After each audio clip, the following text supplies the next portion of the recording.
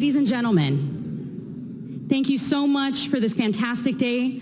I think we've had great conversations and we're looking forward to a dynamic ending to our conference, and still there's so much to come. And so as we can follow on with our program, I have the honor of introducing the distinguished President of El Salvador, His Excellency Nayib Bukele. With that, if I can please ask you to rise and greet him with a round of applause.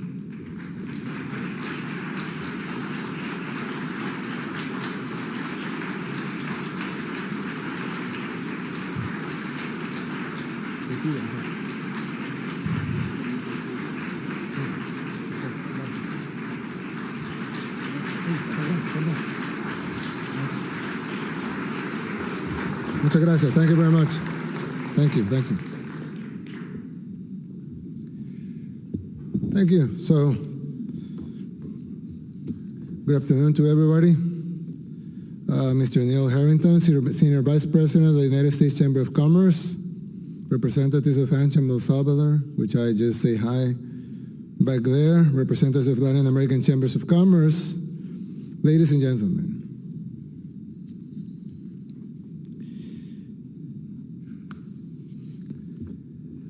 I was supposed to talk about why El Salvador it's good for business. It's open for business, and you should do business there. And, well, mostly, probably, you already know some of the benefits El Salvador have to do business there.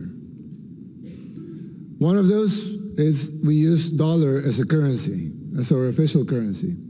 So if you put $1 million, let's say, in investment, and then with your hard work you earn $200,000, you will have $1.2 million in El Salvador. Why do I say that? Sounds logic, simple, obvious, but it's not.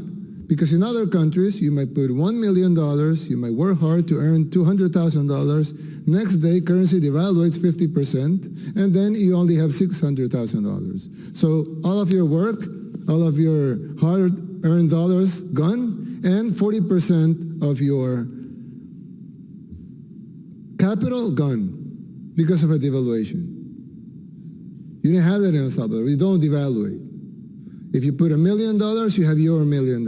If you lose money, your fault. If you win money, your gain. But we're never going to take your money with a devaluation. And we're never going to take your money with a new tax. So in El Salvador, your money is your money. And if you thrive, you thrive. It's yours. The produce of your hard work is totally yours. Now, El Salvador, you would say, well, yeah, fine, you're dollarized. But still, El Salvador is a small country in the middle of Central America, so what do you have to offer to us? Why should we invest in El Salvador? Well, we're not only a dollarized country, but we're also an airline hub. So if you're a multinational, you're, let's say, in 12 countries or 14 countries, and you want to do a meeting in El Salvador, most of those countries will just take one flight to get to El Salvador. So they get one flight from New York, one flight from Washington, one flight from Boston, one flight from Guatemala, one from Costa Rica, one flight from Bogota, one flight from Lima, all to El Salvador. So everybody's there fast to the board meeting. So you don't have to take 1 or 2 or 3 flights to go to your meeting in El Salvador or to go and see your investments in El Salvador. So El Salvador is not only dollarized, but it's also an airline hub. Okay, fine. You say, yeah, that doesn't convince me to go to invest in El Salvador yet. So let's see. What else? El Salvador has one of the most hardworking people in the world. Don't ask me. Ask the people of AmCham El Salvador if we don't have one of the most hardworking people in the world. They will never say no. They will always want to work. Even when we have high unemployment rates, our polls always say that we have low unemployment rates. Why? Because a Salvadoran will never say, I don't have a job, because he always has a job.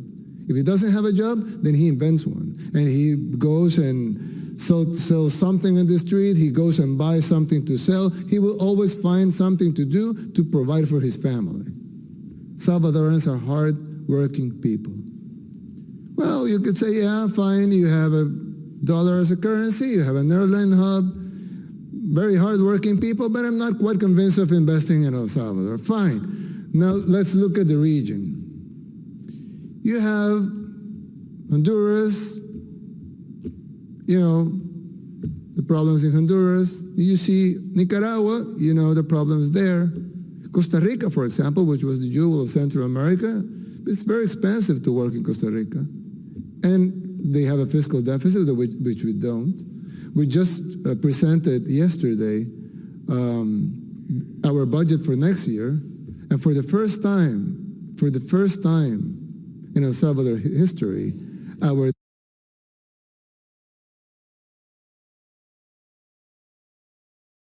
debt, the percentage of our debt to our GDP will be lowered. So the debt has stopped growing, and has started going down. There's not much countries in the world that can do that. The other thing, then you say, well, yeah, fine. You have the dollar as a currency. You have very hardworking people. You have an airline hub. You don't have a deficit. Actually, you're lowering the debt. Yeah, but you know what? We're not quite convinced that we should invest in El Salvador. Well, fine. But then I would say, oh, you're probably the best option in the region. But you know, the region is not the only region in the world, right? You could always invest in another country.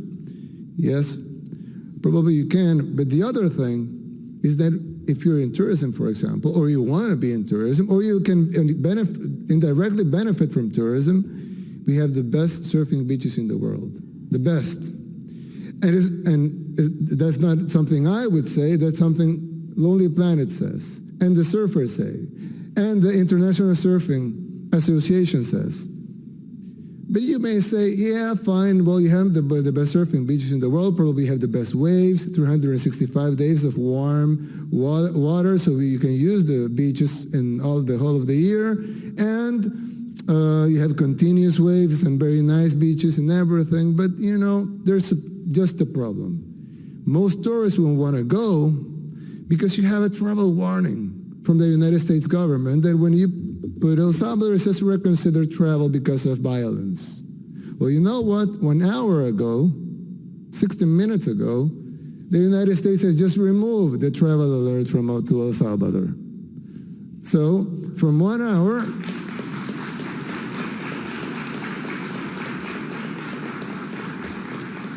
so since an hour ago to now, El Salvador, according to the United States government, is totally safe for travel. So that means tourism will double in the next year. So if you have a hotel or a restaurant chain, or you want to invest in tourism, in any way of tourism, or want to be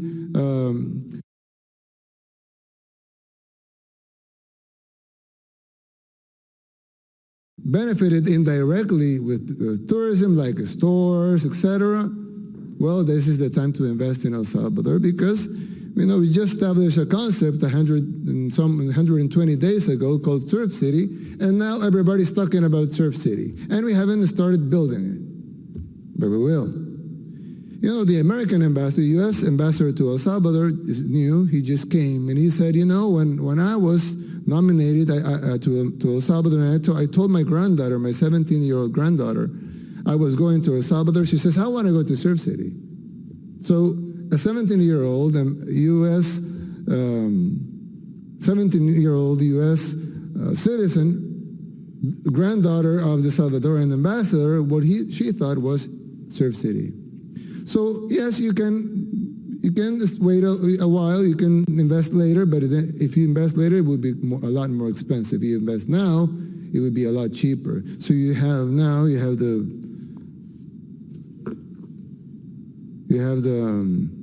how do you call this? Hands up. Now, some might say, well, yeah, your economy is dollarized. You have an airline hub. You have very hardworking people. You are the best solid democracy in the region. You don't have a deficit in your budget, so the economy is stable and growing. You are doing the right things. You have the best surfing beaches in the world, and the travel warning has been removed just an hour ago. But what else can you offer us to invest in El Salvador? And I would say that if El Salvador was interesting 4 months ago, it has to be a lot more interesting right now, because El Salvador has transitioned from a pro-Maduro, pro-Cuba, pro-Ortega government to a pro-United States government. And we're now working hand by hand with the United States. And that's a 180 degrees change in El Salvador's foreign policy.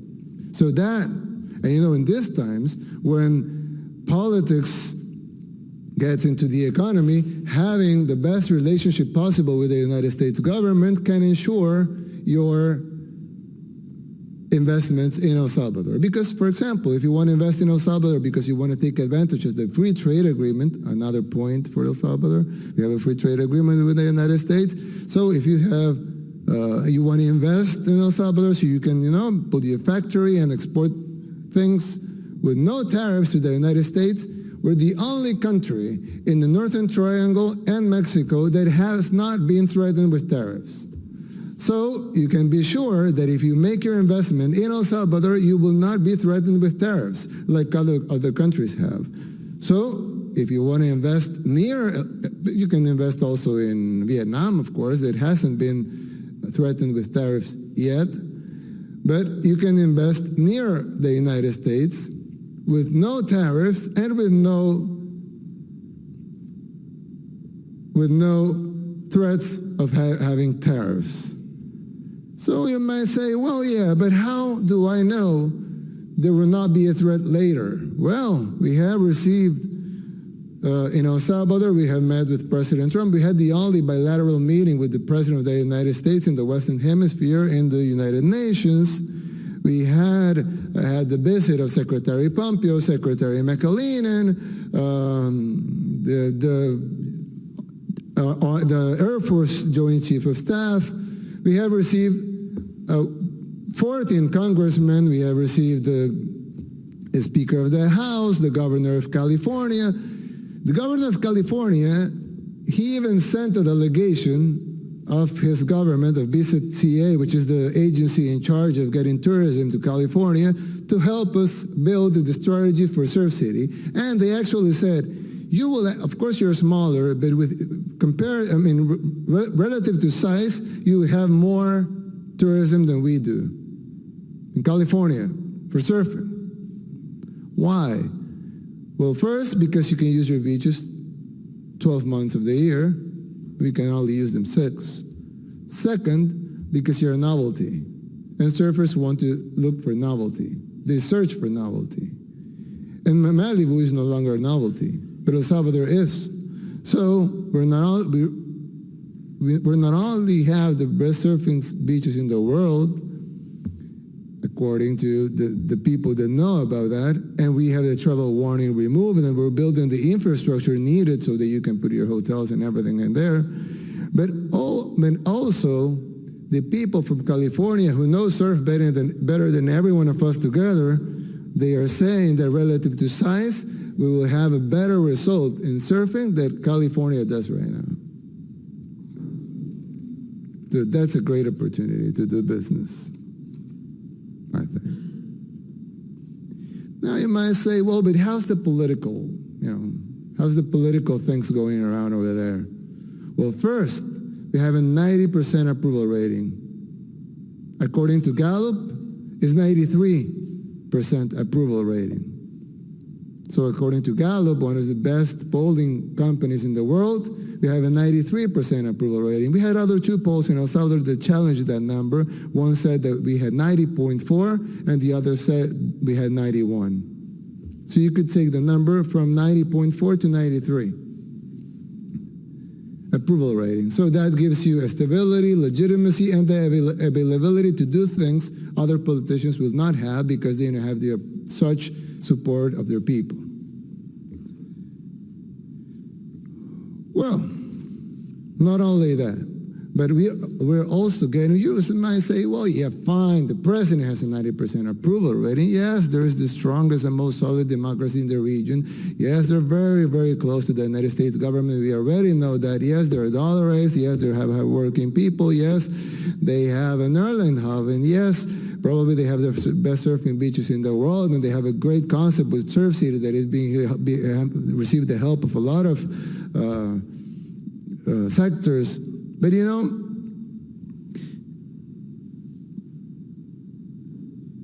who's investing in El Salvador? Because I don't want to be the first one. I don't mean what pioneer, you should, but I don't want to be a pioneer. I want to be the first one. So I want to know if investing in El Salvador is safe. Well, we have a table here from AmCham El Salvador that can tell you that investing in El Salvador right now is the best time and the best thing to do in business abroad.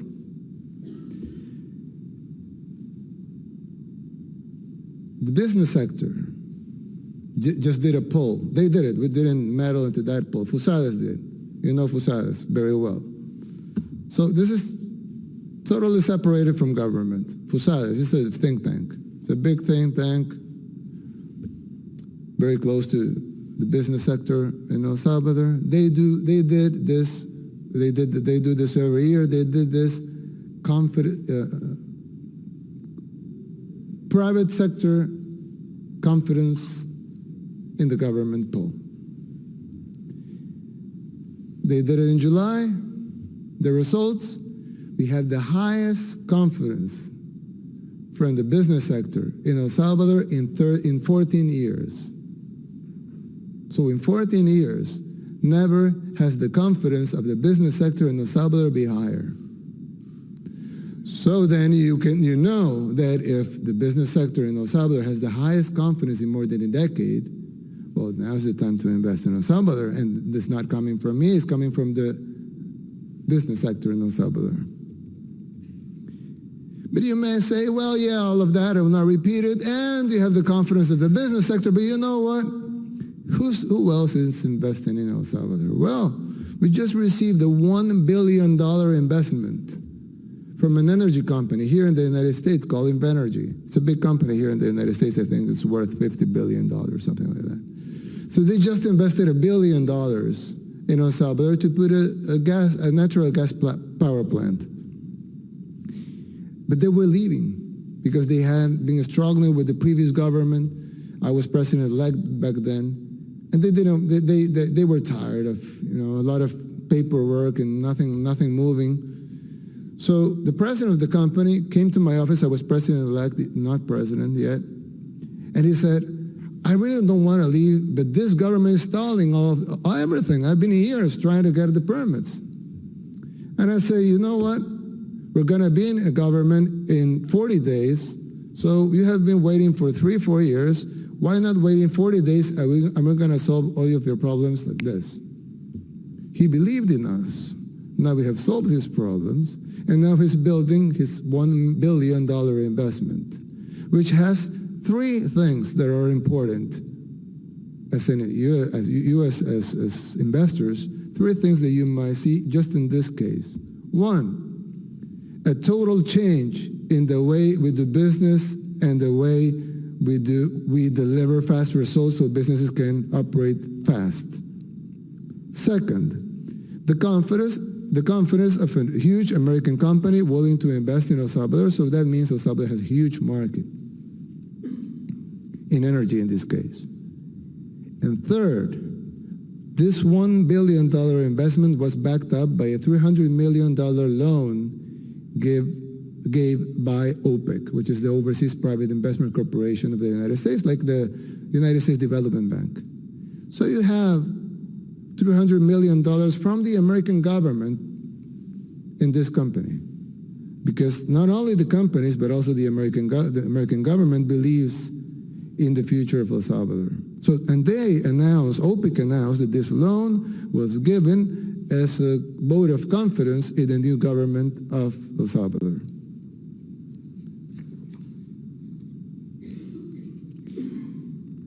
Now, there's the political will,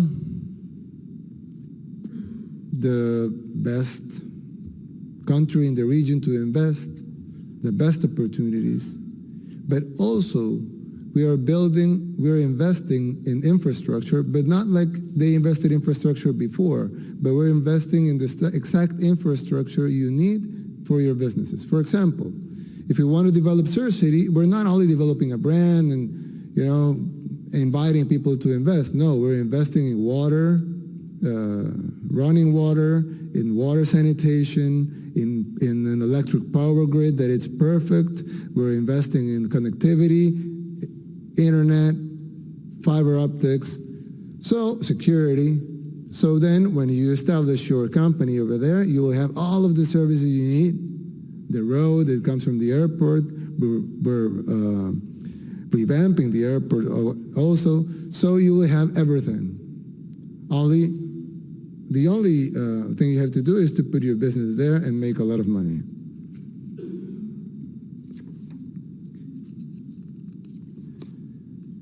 Now, this is not my first visit to the United States. Of course, as a president, I've come a couple of times. As president-elect, I came a couple of times too.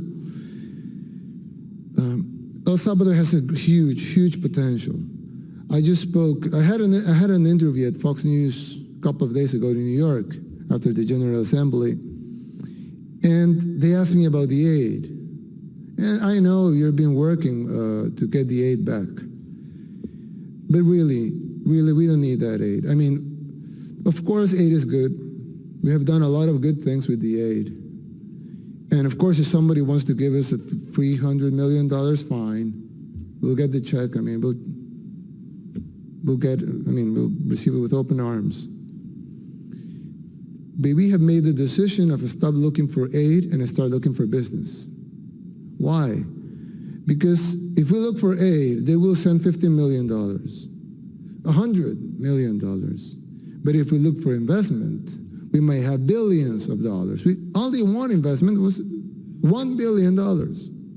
So for the government, it might be easier to get some aid, but for El Salvador, for the country, it's better to get billions of dollars in investment. And like I said at this interview at Fox, if the United States says, okay, let's buy 1% of the pineapples we eat from El Salvador, we won't have enough land to produce all of those pineapples. So the reality is that if we do business with the United States, if we have open channels with the United States, if we remove the obstacles we still have to export, to do business with the United States, the benefits for the business sector, the benefits for the people, the benefits in the creation of jobs and in the creation of wealth are far better than getting $100 million in aid. So I will urge you to not stop, but do not focus on getting the aid back, but let's focus on getting businesses to go into El Salvador and invest. Because that's the best social program we can do. In our budget, we did raise, because it's very important, we did raise the education budget, we did raise the health budget because it's very important, and we raised the security budget. But the best social program we might give the people is the job.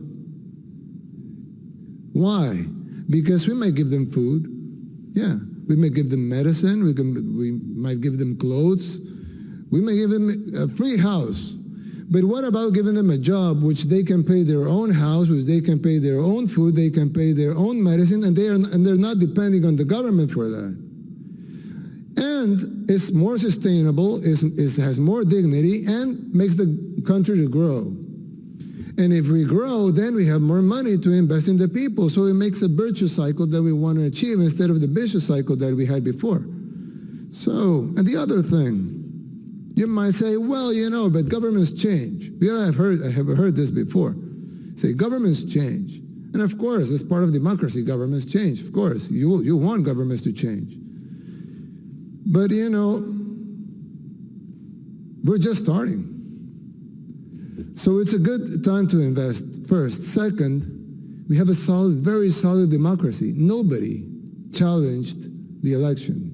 In other countries, you have riots and people burning tires in the streets because they are challenging the election, rather because they don't believe in the results or because the election was rigged, whatever. The people don't believe in their elected governments.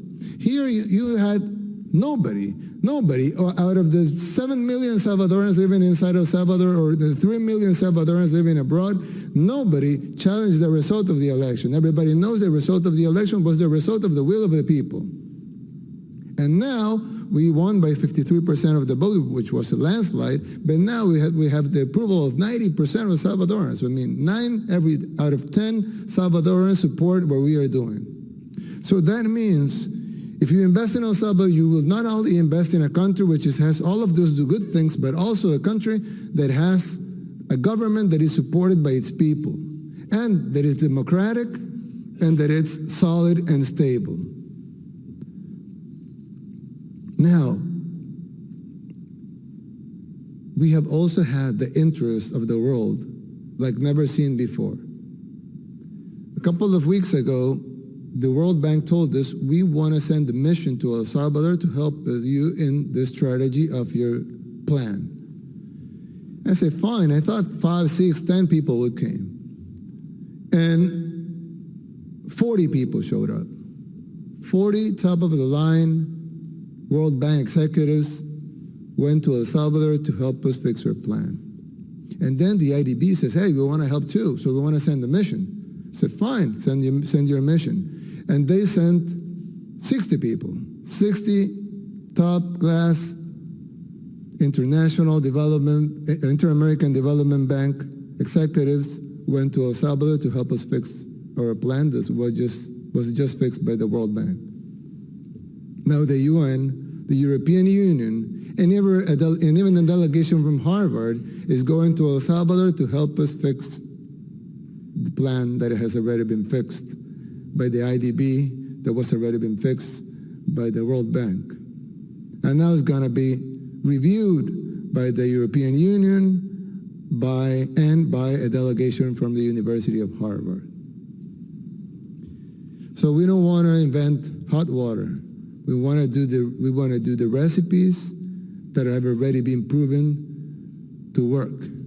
We will do those fast, quickly, and with no hesitation, so El Salvador may thrive. And I remember that as a joke, I was talking with my brothers over there, and we were joking that El Salvador would be the Singapore of Central America. We're going to grow fast like Singapore. And then he said, but you know, you're also a unionist. You want Central America to be one country. But that might slow El Salvador to becoming a Singapore. And you have to pick one of the two, right? And I said, not necessarily. We want to do both in parallel. But he said, no, because it's easier to get El Salvador to be Singapore rather to get Central America to be Singapore. I said, well, do like China, and Singapore and El Salvador will be like Hong Kong. With a different system, faster and better. And we're going to give part of that revenue to the other countries.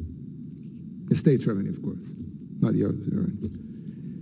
So the thing is that El Salvador is going to grow very fast.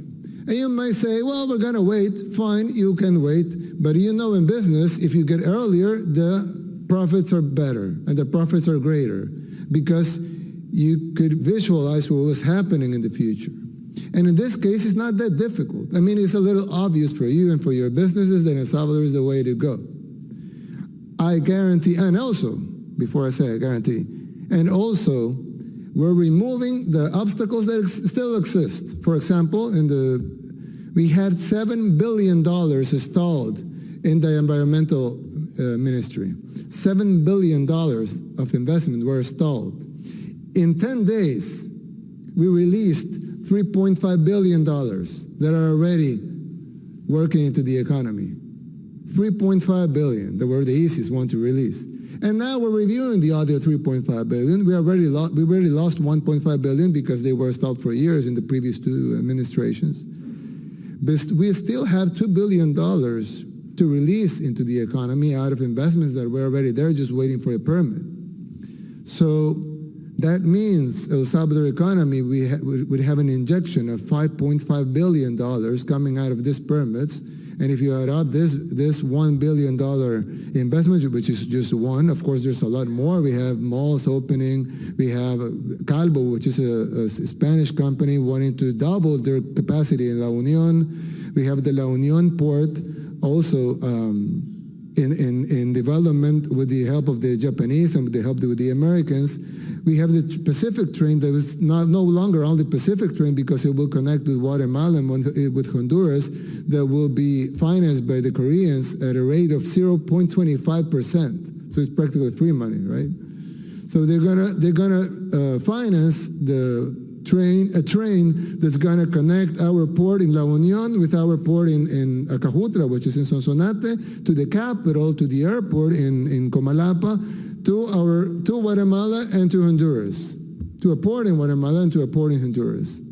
So we have the biggest train in the history of the region that's going to transport people and merchandise as fast and with no stops in any border or in any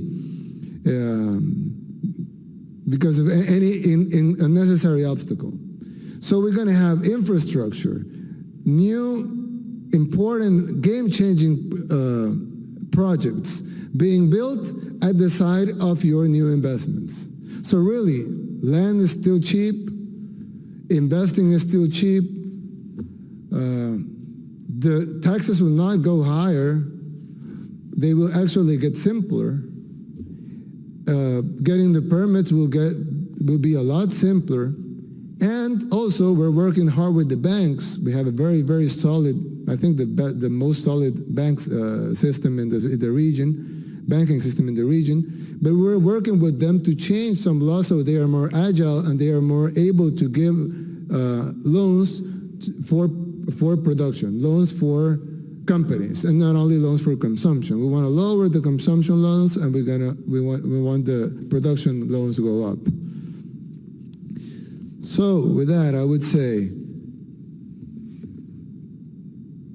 there might be some better countries in the world, I don't know, but for now, in this time, El Salvador is the best place you can invest right now. It's just before the boom starts. So that's the best time. You can put $1 million, and I'm sure you will get a couple of millions in return. Thank you very much.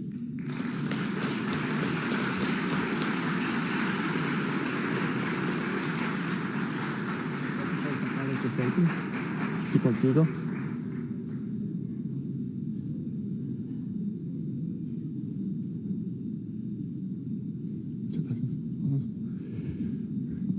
So you wanted to do the selfie thing? Yeah. It only works at the UN General Assembly. No, I'm joking. It's gonna look good. It's gonna look good. I'm sure. Two handsome guys in the picture. Well, one at least, right here. Thank you. Thank you. So, I think, no, I don't think I know. I think all the reasons that you just listed are reasons why we as the U.S. business community are really as optimistic as we've ever been. And we've been at this a long time, as I think you know, thanks to our great friends at La Cámara de Comercio Americana de El Salvador, Carmen Aida and Claudio Añas.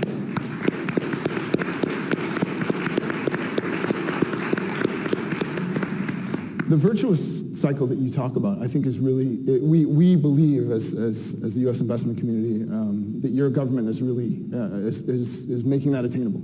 I think and I think that it's really the most encouraging thing. I think I speak for the entire business community, not just for El Salvador, but for the region. Yeah. I think that you don't need to convince anyone here in D.C. either about the talent and skill and dedication of Salvadoran workers. Our local economy here, I speak of Northern Virginia, would collapse without the Salvadorans here that really are the pillar, they're the bulwark of our community. So no need to convince us there. I think we're sold. Perfect. And I think if you have a second, we'll just delve into a couple questions. Definitely want to be respectful of your next set of meetings. But,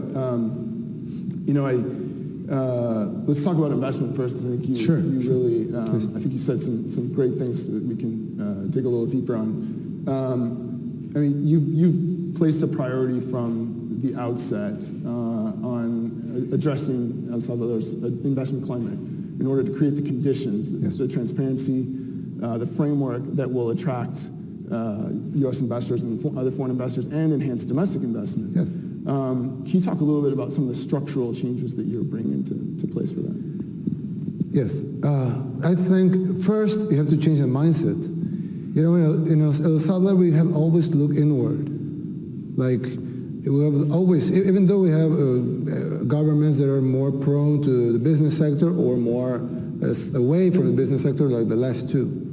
But all of them, they always look inward. They always look into the country, like how many people are consuming or how many people are buying things. And I've always been baffled at the reality that if El Salvador is so small, of course we have to look outward.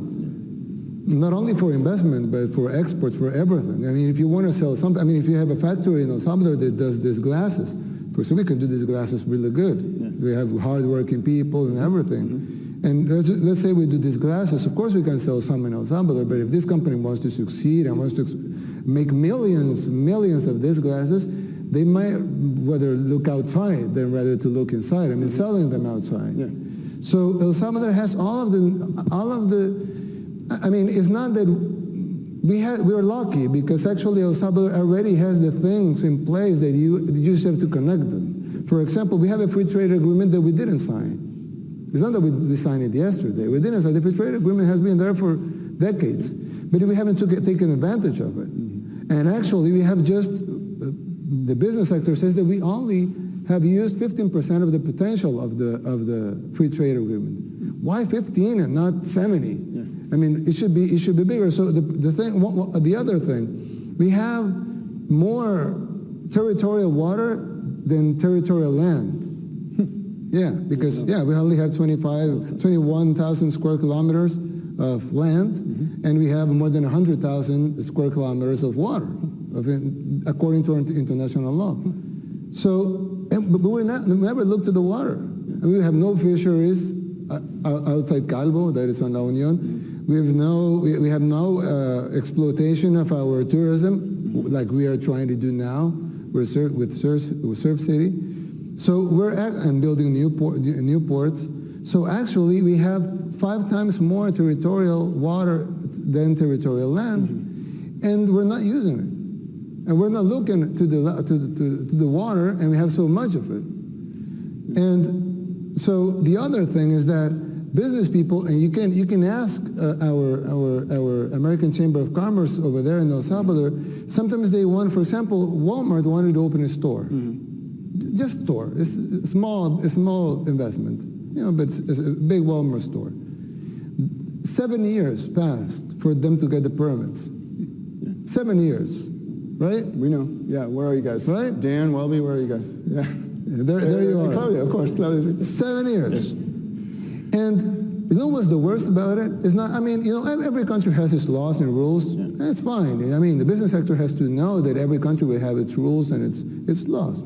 But after 7 years, they approved the exact same design that they didn't approve 7 years before. So it wasn't that they were violating any laws or that the design was wrong or I don't know, they were destroying the environment or anything. No, the same exact design was approved 7 years later. So it's just the fact of pure bureaucracy stalling a multi-million-dollar investment from an American company just because they want it. So, or this guy from Invenergy, they came with $1 billion investment, and it was stalled with 23 permits. He had it was stalled in 23 permits in 11 institutions, because some of the institutions had 2 or 3 permits. He has 23 stalled permits in 11 institutions. He already invested $60 million. He said, I'm out. I don't want to continue with this. I convinced him to trust us that we'll get there, and now he's way happy. his investment is going like this. And he asked me, and this is not confidential, he asked me, what can I do for you? I mean, you were so helpful, what can I do for you? And probably in other governments they would ask about something else, but I told him, I want you to go to your multi-million-dollar friends and tell them they can invest $1 billion in El Salvador, make money out of it, and they will not have any problems at all. I said, that's the only thing you want? Yes, but I want you to really do it. So I hope he's actually telling his multi-million-dollar friends here in the United States that they should invest in El Salvador, because you can actually make $1 billion investment and make money out of it. So we're changing, we're making everything faster. The other thing, we spoke to the business sector over there, and Secretary Wilbur Ross was over there. He spoke also with the business sector. He came to me later and he said, you know what, you have 10 problems in your country. And he laid out the 10 problems, some of them I just spoke, but one of them was customs. So China is farther away from the United States, and they can build things cheaper than us. But the reality is that they have tariffs, very high tariffs. We have no tariffs, and the other thing is that we're closer. So time is very important for some products. I mean, people will pay a little more sometimes if they want their things fast. But our customs would take 5 or 6 days to clear the merchandise. So then the Chinese will already be in the United States, because we will lose our competitive advantage because of bureaucracy. So reducing that bureaucracy, and we have reduced it from 5 days to 1, but we're now reducing it to 1. We're now programming to reduce to 1 hour. So we want 5 days to become 1 hour. So if you want to export, you will export like this to the United States with no tariffs, very close, instead of producing in China or Vietnam and crossing the whole Pacific Ocean to get to the greatest market in the world. So we're the other thing is that some of the business say, you know, I want to put my plant over there, but you don't have a nice road, or you don't have a full water supply 24/7, or you don't have a water sanitation, or you don't have the best power lines, or you don't have the best communications. So we're providing all of the infrastructure needed so the companies can just go there and operate. Now, one of the other structural changes that is very, very, very important is security, physical security. El Salvador was, some years ago, the most violent country in the world. Right now, it's not only not the most violent country in the world, but we have reduced crime by 60%. In a little more than 3 months, we have reduced crime by 60%. And actually, just an hour ago, the United States removed the travel warning, which is very good because that removal will duplicate our tourism, but not only that, but it's also a recognition that El Salvador is safer now than it was before. If not, the U.S. government would not remove the travel warning. So we're working very hard to lower it even more. So you will have safer businesses, you will have safer customers, you will have safer tourists, you have safe everything.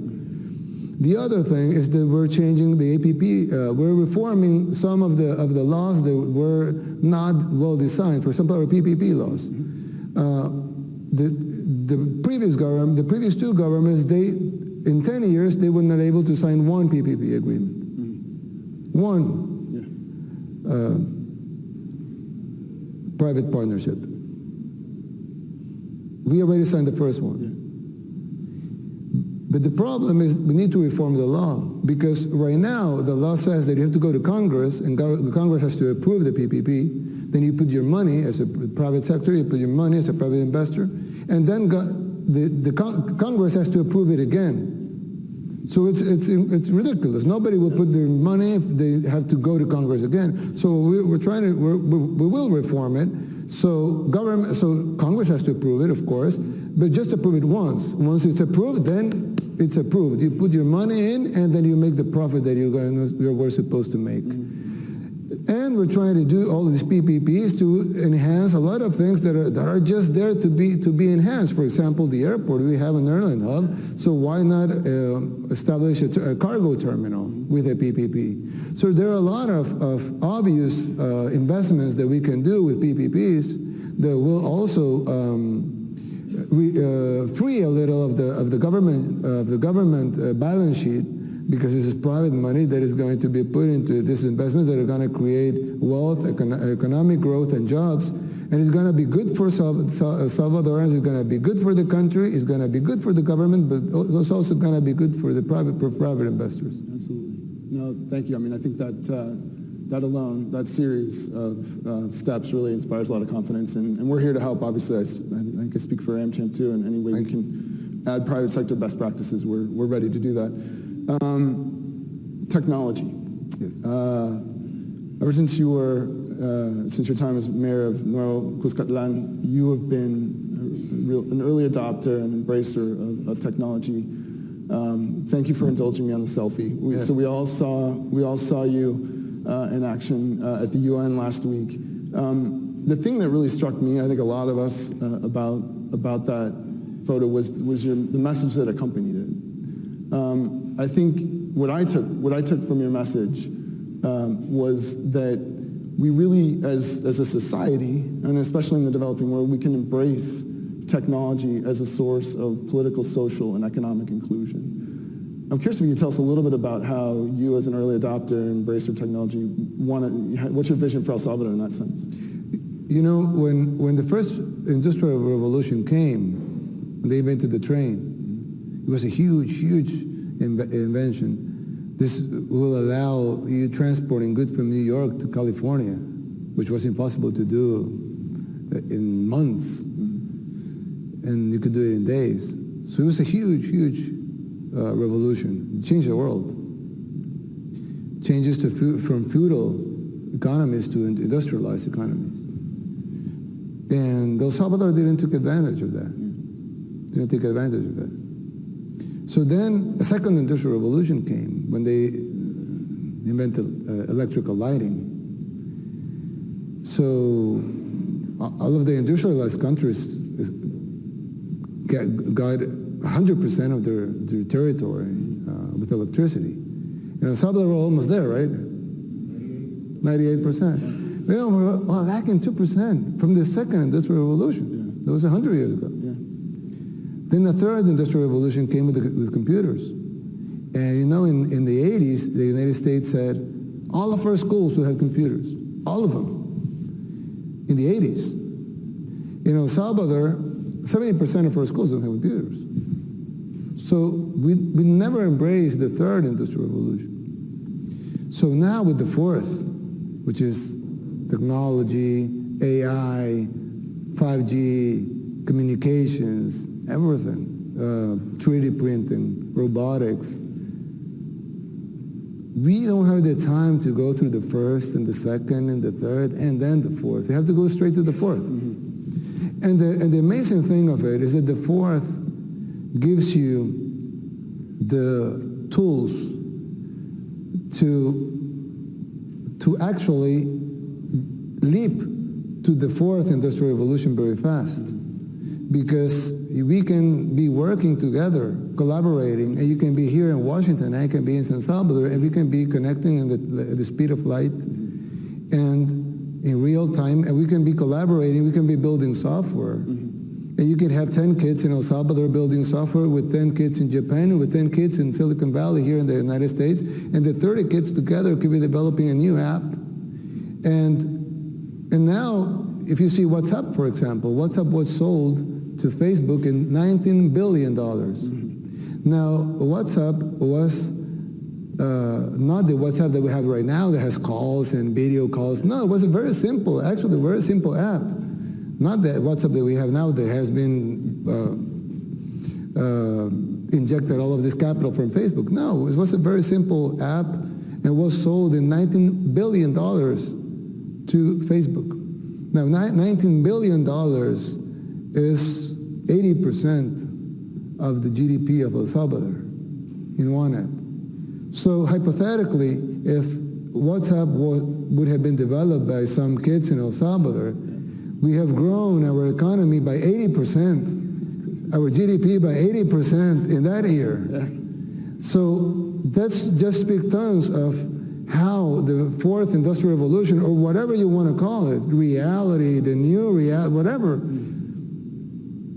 it is the greatest opportunity for everybody. You know, everybody has always been afraid of change. When it's, for example, in agriculture, when tractors came, a lot of peasants would say, oh, we're done because, you know, I cut the plants with my hands, and now these huge tractors, they will destroy my jobs. And it's true. Their jobs were destroyed, but at the same time, 10 times more jobs were creating in building the tractors, in using the tractors, in maintenance for the tractors. So actually, every revolution has bring more jobs, more economic development, more job growth, more power of consumption. I mean, if you see the living of a middle class person right now, he lives better than a king 500 years ago. A king 500 years ago didn't have antibiotics. So the quality of living of a middle class person is better than the quality of living of a king 500 years ago. So progress is always good. Progress is always good. Some people are afraid of it. Some people embrace it. The ones who embrace it are the winners, and the ones who are afraid of it and to be the losers. At the end of the time, everybody wins, but the others win less, and that's why you have countries that are in our conception of poverty, and you have countries that are in our conception of wealth.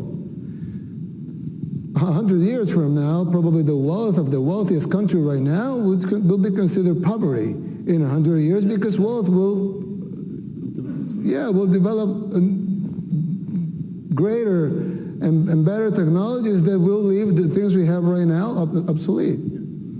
So what I said at the United Nations, in essence, was that change has come, whether we like it or not, and reality has come, whether we like it or not. So we have to, well, when I was saying the General Assembly, we have two things to do. We can embrace it and change this format, or we can just continue to do things the way we do. And if we're honest, who listens to a speech of a state leader in the United Nations? Nobody. And I mean, probably people in their country, but nobody listens. I mean, more than 100 heads of state spoke at the UN General Assembly, and nobody listened to their speeches. So why are they speaking if nobody's listening?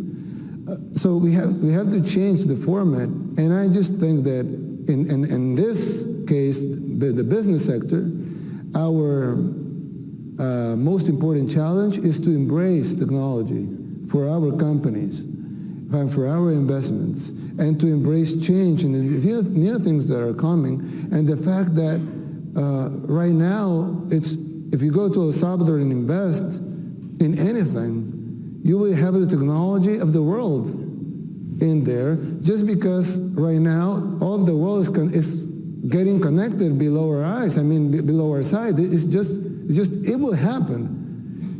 The only question is, are we taking advantage of it, or are we not taking advantage of it? Absolutely. Well, I got a list of questions here I could ask you, but that's a symbol of how interested and supportive we are in the agenda that you and your government have put together. Unfortunately, you have places to be. We want to make sure that you can get there. I deeply appreciate your time spent with us, and we're looking forward to continuing the conversation by bringing a group of companies to San Salvador. So we're looking forward to that. So if everyone could join me in thanking President Bukele for really a terrific presentation. Thank you. Muchas gracias. Really appreciate it. Thank you very much.